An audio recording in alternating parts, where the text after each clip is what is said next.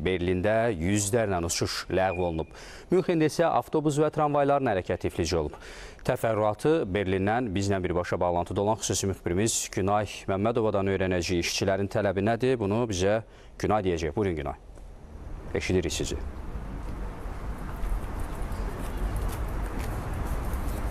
Bəli, hazırki tətil kifayət qədər geniş miqyaslıdır və artıq Almaniyanın bir neçə böyük şəhərində 10 minlərlə sərnişinə ciddi təsir göstərir. Xüsusilə Berlinin Berlin-Brandenburg hava limanı haqqında danışsaq, burada vəziyyət daha kəskindir. Təxminən 455 reys ləğv olunub və bu 57 minə yaxın sərnişini əhatə eləyir.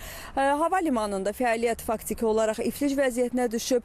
Yanğın söndürənlər, texniki heyət, yerüstü xidmət işçiləri və digər əməkdaşlar da daxil olmaqla minlərlə işçi tətilə qoşulub. Nəticədə planlaşdırılmış uçuşların böyük əksəriyyəti həyata keçirilmir. Sərnişinlər isə ya uçuşlarını dəyişmək, ya da alternativ marşrutlar axtarmaq məcburiyyətində qalıblar. Qeyd edeyim ki, eyni vəziyyət ölkənin digər iri şəhərlərində də müşahidə olunur.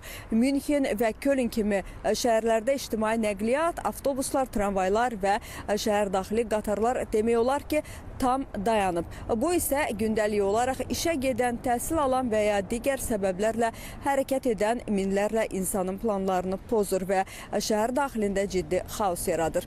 Tətil Verdi Həmkarlar İttifaqı tərəfindən təşkil olunub. İşçilərin əsas tələblərinə gəldikdə isə onlar əmək haqqlarının artırılmasını, iş saatının optimallaşdırılmasını və xüsusilə son dövrdə yüksək inflyasiya fonunda əlavə maliyyə dəstəyinin göstərilməsini tələb edirlər. Onlar bildirirlər ki, artan yaşayış xərcləri mövcud maaşlara uyğun gəlmir və bu səbəbdən aksiyalar qaçılmaz olur. Rəsmi qurumlar və hava limanı rəhbərliyi bildirir ki, sərnişinlərə əvvəlcədən məlumatlandırıblar, amma buna baxmayaraq bir çox insan üçün bu vəziyyət gözlənilməz çətinliklər yaradıb. Xüsusilə qısa müddətli səfər planlaşdırılanlar və tranzit sərnişinlər daha çox zərər görən tərəflərdə. Ümumilikdə isə qeyd etmək lazımdır ki, Almaniyada son aylarda bu cür xəbərdarlıq tətilləri daha tez-tez baş verir. Bu, həm sosial-iqtisadi narazılığın artdığını, həm də həmkarlar ittifaqlarının hökumət və işə götürənlər üzərində təsir mexanizmlərindən daha aktiv istifadə etdiyini göstərir. Mövcud vəziyyət isə yaxın həftələrdə yeni danışıqların və bəlkə də əlavə tətillərin mümkünlüyünü istisna etmir.